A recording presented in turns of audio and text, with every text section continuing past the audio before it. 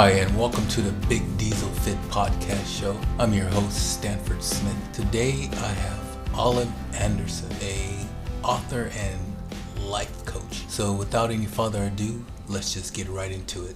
Yeah, there's a massive stigma still about a lot of mental health issues, and I think that makes it worse. Like the fact that people can't talk about it or that they have to hide it. Obviously, that it adds this extra level of things to feel shame about or to feel guilty about, even, which can just make the mental health stuff a lot worse. So I think from the get go, like those guys, by the sound of it, they're dealing with two problems. They're dealing with the stigma of the mental health issue and keeping it to themselves and worried that they might get caught out and all that kind of stuff. But then they're going to be also dealing with the isolation that I'm assuming a lot of these truck drivers have to deal with when they're just driving for hours and hours and hours and they're getting on the hamster wheel of thoughts and having all kinds of crazy things pop up in their minds that they have to contend with. So yeah, it doesn't sound very pleasant for some of these guys. Oh yeah, I would imagine if you have it previous already, then that would definitely add to it because Yeah, being yeah. out there by yourself all those hours alone, and if you suffer from some type of anxiety or depression or something like that, and yeah, that's definitely going to trigger some things probably. Yeah, so it's multi-leveled. Like based on the conversation that we had previously, I think a lot of truck drivers, even if they don't have mental health issues, there's a lot of kind of downsides, let's say, to the job that people don't commonly talk about. And I suppose the more that we're talking about this, I know we've just been talking like 2 minutes or something. There's all these different levels that keep appearing. So there's mental health issues that already exist. There's mental health issues that can be caused by the isolation out there on the roads. But then there's also this other issue just around men in general and like men's mental health. Like most people that kill themselves, for example, are men, if you look at the statistics. And there's this whole thing around, men don't like talking about their problems, they don't like sharing things and all that kind of stuff. And so maybe I'm getting a bit carried away, but if you bring all these ingredients together, then actually truck driving is kind of it's quite ripe for having some kind of mental health stuff going on, I would say. But I also think as well, like if you know that and you're aware of it, then you can start to put strategies in place and design routines and lifestyles even while you're on the road that are going to allow you to kind of keep your mental health to the maximum optimum level despite the challenges, I would say. Maybe we can get into that. I don't know what you want to talk about specifically, but Yeah, that's what I was thinking too. Is that one of the solutions? As when I was out there and I started learning later on, as I became aware of it and really started dealing with it mm, myself, was that as long as you try your best to really stay in contact with people that you know, which mm, can be difficult after a while because people stop talking to mm, you because you're never around. So then you start losing relationships and you're trying mm, to stay in contact with people, but it mm, starts to get kind of difficult with that too.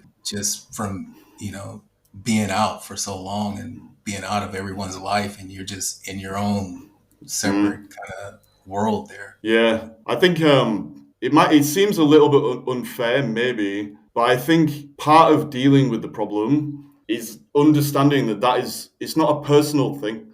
Like if people do lose contact with you and stuff like that, it's just a classic case of out of sight, out of mind. And if you can understand that that's just how people operate, basically, then you can kind of create a more active approach to staying in touch with people and all that kind of thing. Like, luckily, technology these days makes it so easy to just, whiz across a quick text or to get on video call with something and join a forum or something if you want to do that for, to find a group of people that are in the same situation. There's loads you can do.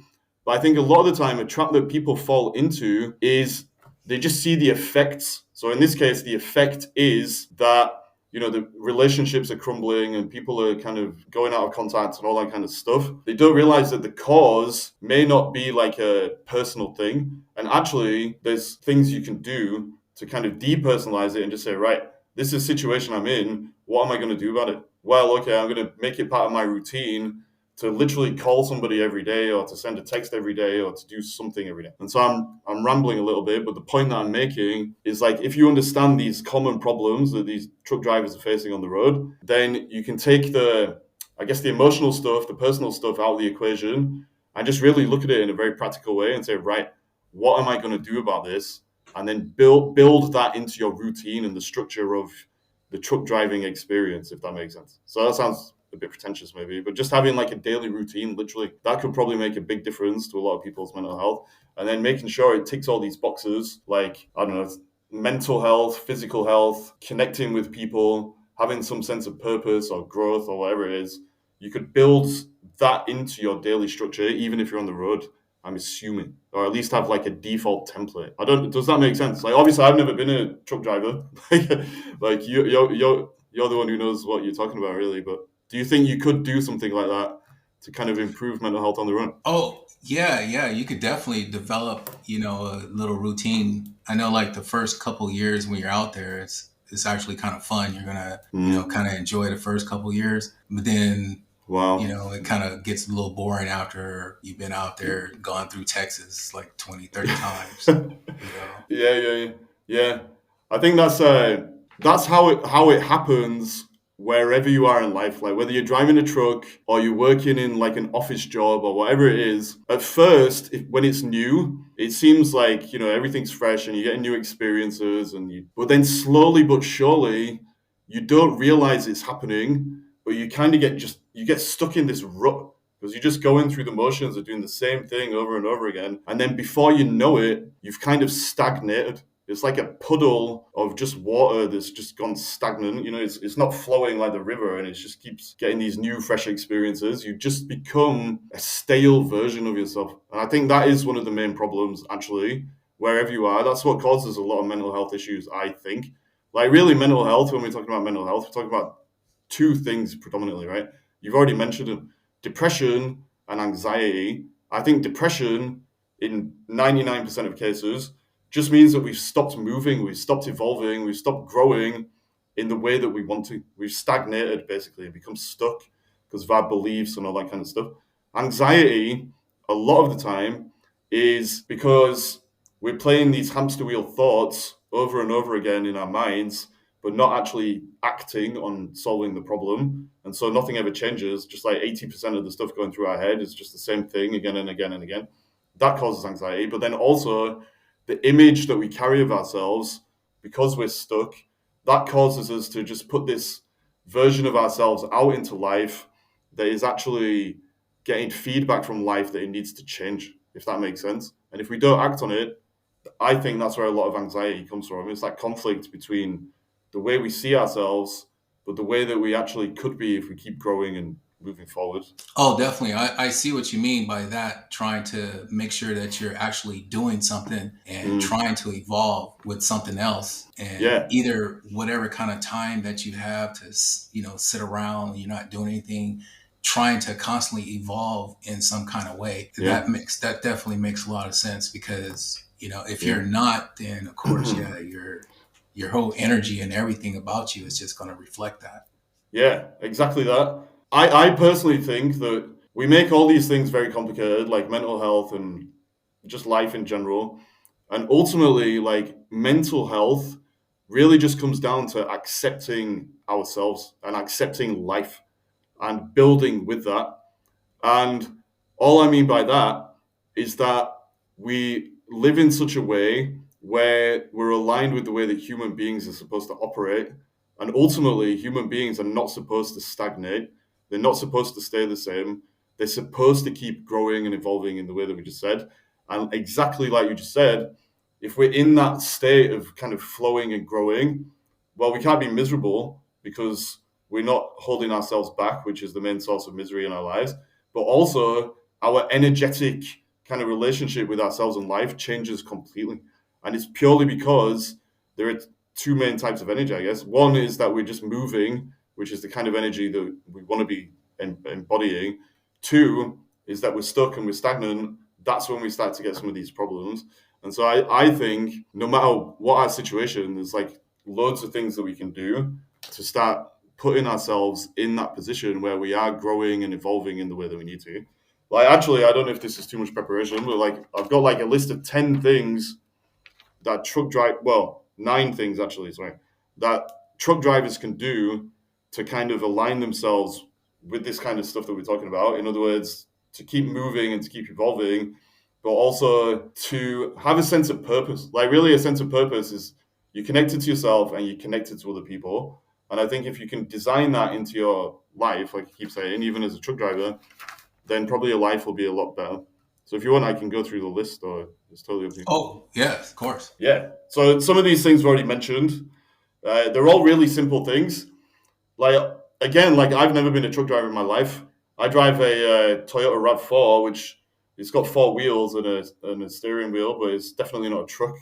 But maybe, like as I go through these, seeing as you have been a truck driver, it might be worth kind of reflecting on whether it would help you or not, and then we can see like if I'm chatting nonsense because I'm just basing this on theory ultimately about what I know about mental health and human beings. But obviously, you've got direct experience of doing this. So anyway, the first one I already mentioned. Like the first thing, one of the main problems that truck drivers deal with, based on what you've shared before, when we had a chat previously, was the isolation thing. So they're on the road. They've reached this period where the freshness is kind of worn away, and they're just alone with their thoughts, and they're away from their family and all that kind of thing. That causes a lot of problems. And especially if they're running according to tight deadlines and all that kind of stuff, and they're stressed, well, they're just going to be feeling bad about themselves. And the stress is going to make it harder for them to kind of overcome those bad feelings. And so, if you can do something to kind of deal with that isolation, then obviously you're going to help yourself to get where you need to be. So, the first thing on this list that I put together is super simple. Stay connected. Like I know it sounds too simple, maybe, right? But like, stay connected. Get in touch with your family and friends. Send texts, organize video calls, make a habit where, when you park up for the night or whatever, it's one of the first things that you do. And then maybe you can like cycle through like different people as the week goes by or whatever it is. Like you got a Monday person that you call and a Tuesday person that you call. However it works, the point is like really these days there's no reason to be disconnected. Like obviously people can ignore your calls or whatever, or you can fall into that trap that we were talking about where we're just waiting for people to reach out and they don't, and then we say, oh, if they're not going to call me, then why should I call them? I can't be bothered. But that's just chopping off your nose to spite your face. Like ultimately, if we make this active approach to staying in touch with people, then we're ticking that box. And obviously it's not as real as like face-to-face contact, but it's better than nothing, right? The second one I put is routine. So we mentioned this already as well, but like if you literally design a routine that is going to help you to meet most of your human needs, so like physical health, mental health, staying connected to people, having some time for like your purpose. So you mentioned like reading, or maybe you do a course online or whatever it is, like literally just having that routine and trying to stick to it as much as possible, and having habits that support your growth and allow you to kind of grow into the person that you want to become in the long term, then that is going to keep you going ultimately. And it comes down to what we're saying about all human beings need to keep evolving and keep expanding. One of the easiest ways to do this that I normally talk about with my clients is just you break it down in three simple steps. So first of all, you need to come up with a vision. Where are you going? So I'm assuming like a lot of truck drivers, they don't want to be truck drivers for the rest of their lives. So actually, you can start to create a vision for what you're going to do, like when you retire or whatever it is, and then you can see that this current state of isolation or whatever it is that you're living in is not forever. Like actually, it's just a springboard into whatever that vision is. So if you know what that vision is, you can keep it in mind. You know that one day you're going to be, I don't know, reunited with your family, or you're going to retire on a beach in Thailand or whatever it is. And that is going to allow you to make better decisions in the present around this routine that you're building when you're driving trucks all around the country, whatever country it is. So when you got the vision, you break it down into goals. Then you can break the goals down into habits. And the habits, they're the things ultimately that are going to form your routine whilst you're driving around in your truck. So let's say, for example, what's an example, right? I know that you're like a personal trainer as well, right? So potentially, let's say someone's a truck driver, they have a vision that they're going to retire, live on a beach, be a personal trainer one day.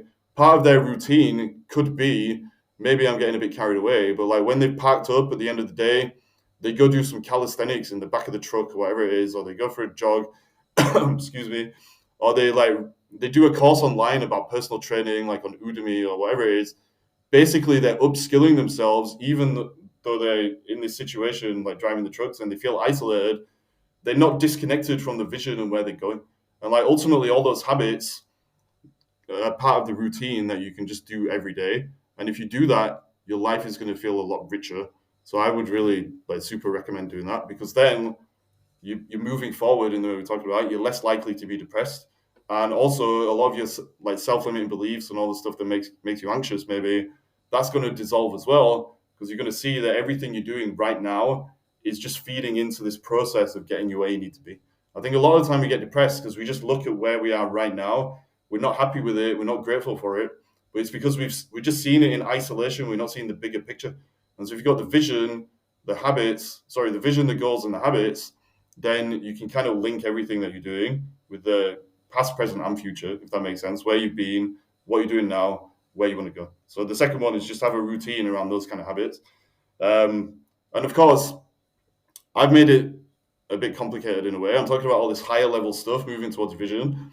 That's really important, but also your routine, just making sure that even though you're on the road, you're getting enough sleep, you're uh, getting meals when you need meals, you're hydrating, all that kind of stuff. Like all those basic things that maybe we forget sometimes, they can like really, really help you to just stay energized and stay positive and less depressed or whatever while you're on the road. So the second one is just that routine.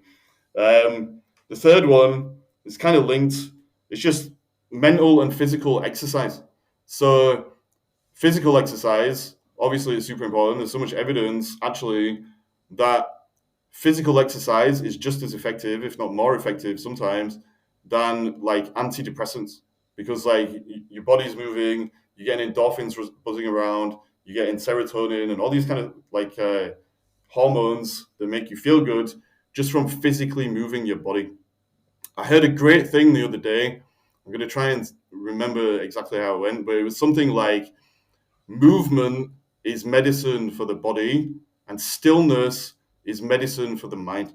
And ultimately, I think you need to build that into your routine. We all need to move our bodies. If we don't move our bodies, obviously it affects our energy levels. We can get like overweight and all that kind of stuff. We'll feel bad about ourselves. But ultimately, if you do move your body, it not only is good for you physically, but it gets you out of your head as well. Like a lot of the time, people are just caught up in their minds because they become disconnected from their bodies. And so, if you can find a way to do physical exercise every day, even if it's just going for a walk for 20 minutes or whatever it is, ideally something more than that, I would say, like doing some, I don't know, some push ups, pull ups, whatever you can do. But doing something is a great way to keep your mental health in a good place, especially if you live in a sedentary lifestyle and you're a truck driver driving around for hours and hours and hours and hours. So the physical exercise is something that all truck drivers can do to some degree. Like obviously it's contextual. Like some people are going to be able to do more than others, but it's just proven that it's good for you. Mental exercise, if you want to call it that, is things like meditation, things like journaling, which so a lot of truck drivers maybe think that's a bit stupid, but like just reflecting on what's actually going on in your head so that you can take some control over it. That's one reason the journaling is so powerful. A lot of the time, I keep talking about this hamster wheel. People just end up being caught up in the hamster wheel of the same thoughts over and over and over again.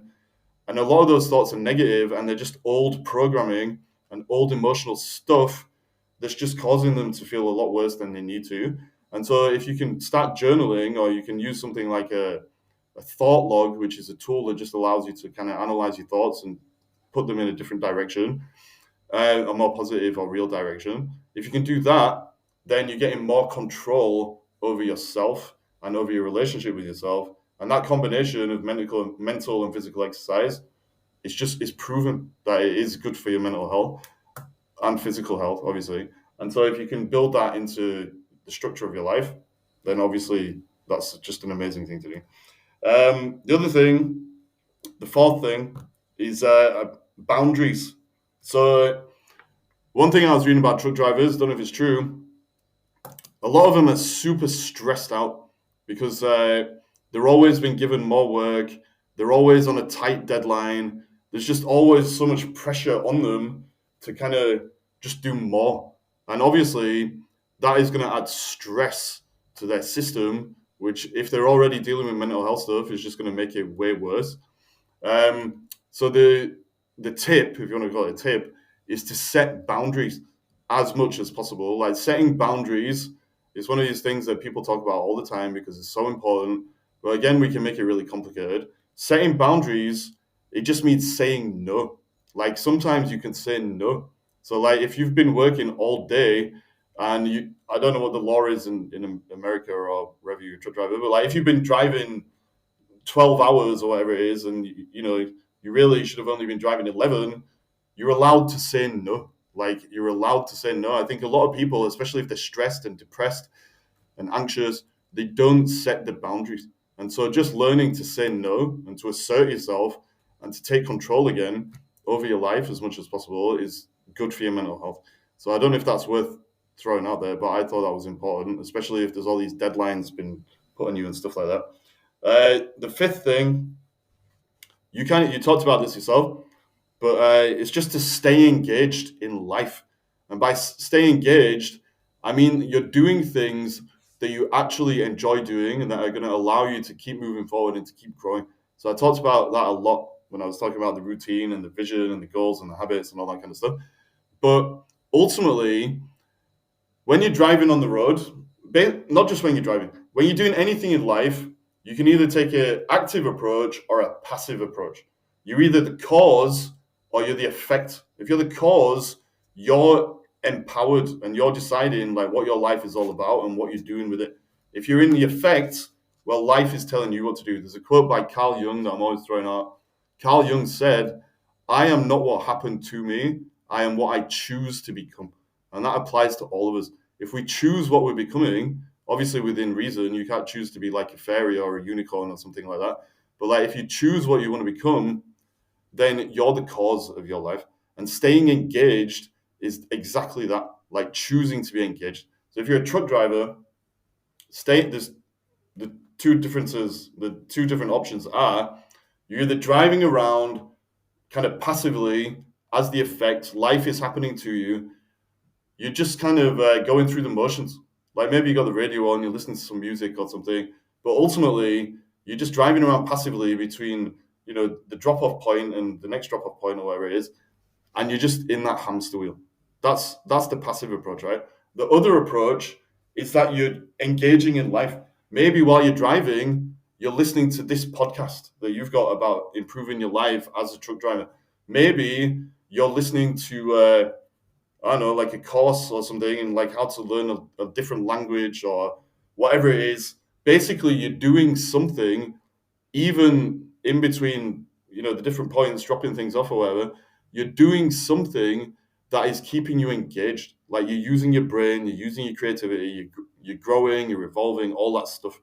It's a choice that you make, basically. And so, if you know what that means, and obviously it's easier to know what that means if you've done the thing I was on about with the vision and the goals and the habits, and if you know your values as well and all that kind of stuff, then you can make choices even in that downtime while you're driving around, and that is going to be good for your mental health because instead of just being passive and low energy, you're going to bring your energy up, but you're also going to keep learning. You're not going to feel stuck, basically. So stay engaged basically just means keep yourself mentally stimulated, whatever that means for you. Number 6, kind of simple but important. I just put take breaks. So again, it kind of comes down to the boundaries thing. Maybe if people are on a tight deadline, they're gonna not be thinking about what they need to look after themselves, and so they're just gonna be like stressing out, putting the accelerator all the way down to the floor, and just blasting around like a maniac, trying to run away from the stress. Ironically, that way of doing things is just going to make them more stressed anyway. And so, actually, what I would recommend is slowing down as much as possible. Maybe not literally slowing down if you have to drive at like 80 miles an hour or whatever to get somewhere, but slowing down mentally, learning to slow down your breath, taking a break, like I said, stopping the truck, going for a walk for 5 minutes or whatever it is, and getting some fresh air, things like that. Like obviously, if you take breaks, then you're going to be able to give yourself a little bit of space to get back in touch with yourself. And one of the main reasons that people have mental health issues is because they lose touch with themselves because they're so busy running around trying to force life through all the motivations that they've picked up because of stress and all of the unreal things that are driving them, rather than just knowing that they always have that choice actually to just stay in touch with themselves. So basically, learn to breathe, take breaks. Number 7 is sleep. So obviously not sleep while you're driving. That's very dangerous. But just just sleep. Sorry, just sleep. Like prioritize sleep. Make sure you get enough sleep. This goes back to what I was saying about the like general habits. But I wanted to put sleep as a separate thing because sleep is just one of the most important things for our health overall. If you've got all this other stuff going on that we're talking about, anxiety, stress, depression, blah blah blah, running according to tight deadlines, being isolated from your families, if you've got all that going on and you're not rested and you're not getting enough sleep, then it's just going to be like 10 times worse. And so if you can train yourself, again, by having that routine to get to sleep at about the same time every night and all that kind of stuff, and to get into a routine, then you're going to ultimately just improve your life and the energy levels that you've got and the energy you can bring to whatever you're doing. Number 8 is manage stress. So I talked about this a bit already, but like obviously a lot of people don't even know that they're stressed. They think that the stress that they feel is just who they are. They think it's their personality or something like that, or they think that it's something they can't do anything about because they don't realize that they have a choice.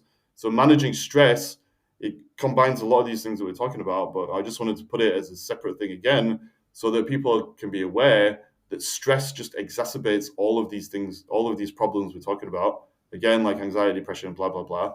And so managing stress, it means saying no, having a routine. If you do feel stress, then taking a break, making sure that you're ticking all the boxes with like hydration and self-care and basically doing whatever you can to minimize stress. And then finally, the 9th one, seek community. So seek community is a bit different to the first one, which was stay connected. Stay connected, keep in touch with your family and friends. That's the abridged version. Stay connected is knowing that whatever problems you're dealing with, you're probably not the only person dealing with it. And so, as your work shows, like there are loads of truck drivers out there that are dealing with these kind of problems that we're talking about anyway. And so, if you go online, you can find a community of people that are probably going to understand you way more than the average person would because they're going through the same thing. And so, if you can connect with those people and stay in touch with them, maybe I don't know how it works these days. Like you talk to them over the radio or on these video calls and stuff like that. You're gonna basically realize that you're not as alone as you may feel out there on the road. And if you're staying connected to these kind of communities and you're doing all this other stuff I'm talking about, then your energy is going to be up. You're going to be able to develop real relationships with these people, and you're going to be able to support each other to make sure that all of these kind of issues of isolation and things like that don't hold you back and ruin your life, basically, because you realize that you can still keep growing in the way you want to. So that was the 9 things. Stay connected, get a routine, mental and physical exercise, set boundaries, stay engaged / mentally stimulated, take breaks, sleep, manage stress, and seek community. That's exactly how it is. And with Wow. the stress part that you were talking about, Mhm. that is interesting because I know years ago, a long time ago, I had a girlfriend that I was with, and some things happened, and she started coughing up blood, and Wow. so we ran her to the hospital real fast, and just from all the stress of thinking that something is going to happen to her or something like that, I ended Mhm. up passing out Wow. at the doctor's right there. Yeah, And yeah, that's yeah. never ever happened to me. So the doctor was talking to me about stress. He just said, that's all. It kind of woke up. He said, yeah, you were just stressed. So, that really, definitely gave me an eye opener that stress is real. It, Yeah. it Yeah. can really affect you, and you don't even really know it sometimes. Like that's the other thing. I think like stress, it kind of creeps up on you. Like we can tolerate a certain amount of stress, so we don't know ultimately that it's there. We just get so used to it. But then eventually we reach that breaking point where something does happen, and that's why we have to learn to manage it. There's that saying, I don't know who said it, but like most illnesses are caused by stress. And so if you can manage your relationship with stress, then you can avoid many problems in life that seem like we can't escape from them. Yeah, it definitely applies on both sides, for, the actual regular citizen and for a truck driver, just doing those basic principle steps, Yeah, can improve your life. But a lot of times, a lot of guys just don't do it from what I've noticed from being out there. I yeah, see a lot of people don't really walk around in the parking lots as much. But I know that once I had gained a lot of weight and I had to go through depression and all that stuff, trying to lose weight. And, I yeah, was yeah, way yeah. overweight and Well, just started, I just made sure that I got into a routine of walking around the parking lot a lot. But you don't really see a lot of guys out there doing that, though. why do you think that is? Like, Like you said, it's choice. And mm, you yeah, can't really feel too bad for someone for the choices that they make. And mm, so even though I had to go through it myself, where I was making bad choices, eating pizza, going down the road, not really paying attention to my health, it was my mm. choice. And I ended up gaining all that weight. Yeah, yeah, yeah. That's exactly it. Like, this is why we got to look at it in terms of a process. Like, every little choice that we make, like, say you choose, I don't know, like a healthy meal, like some chicken breasts and broccoli or whatever it is, versus that pizza, that is a choice. And that's ultimately what it takes to change your life. Just making those little choices from moment to moment. People think that changing your life is about, well, they tend to think that changing your life is about these big dramatic changes that we make. That's not true. Like, sometimes there might be a big decision that we have to make or something, but in general, it's just those little choices, moment by moment, and you can do that wherever you are. But I think the problem for a lot of people is kind of what you just said. Like, they don't even realize that they have a choice. They just get used to like certain ways of doing things. They identify with those ways of doing things, and then they don't make any changes. And so it gets to the point, which it sounds like you got to, where it's basically crunch time. Like, you reach a point where things have just got so bad that you realize, wow, like, I've got to do something. I have to change something. But it doesn't need to be that way. Like, if you can become aware of all this stuff beforehand, then you can just start shifting into this kind of lifestyle that you want to be living before you do hit rock bottom, or you gain too much weight, or whatever it is that makes you realize that you basically have no choice but to start changing your choices, if that makes sense. And I think it sounds like the work you're doing, like, you can raise a lot of awareness about making these kind of choices. And also, I guess to some extent, keeping people accountable as well. I think one thing I found, like with the coaching stuff that I do, if people have been making those unreal choices for a long time, then obviously it becomes habitual.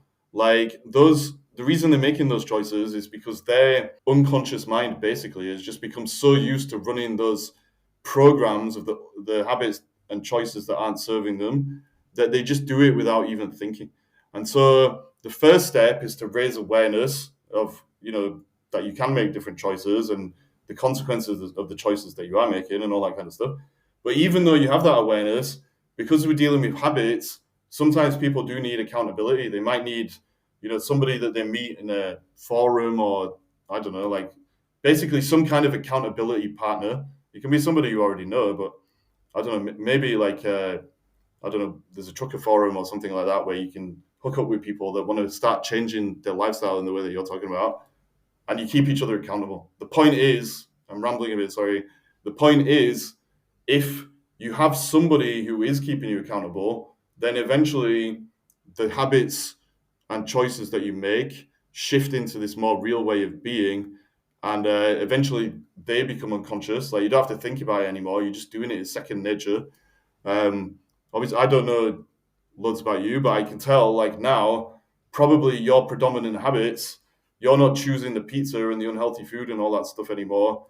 You're choosing healthy food, and you're going to the gym and you're doing all the stuff that you do, and you probably don't even have to think about it now. It's not like you're forcing yourself to do it. You've been through that process where you've replaced those old habits with the new ones, and anyone can do it. But sometimes we do need a little bit of accountability, I guess, and things like that. Yeah, Yeah. that's what I was told that years ago when I was younger, that it takes 2 weeks to develop a habit. And I know my dad had told me one time, he said, it's easy to become an alcoholic. He said, all you got to do is just drink alcohol for 2 weeks. And he said, you'll become an alcoholic. Yeah, it comes down to repetition. Like if you repeat something for 2 weeks, I've heard 21 days as well. But if you basically either way, right? You keep repeating things, it becomes a habit, and so it goes both ways. You keep repeating these negative things that aren't serving you.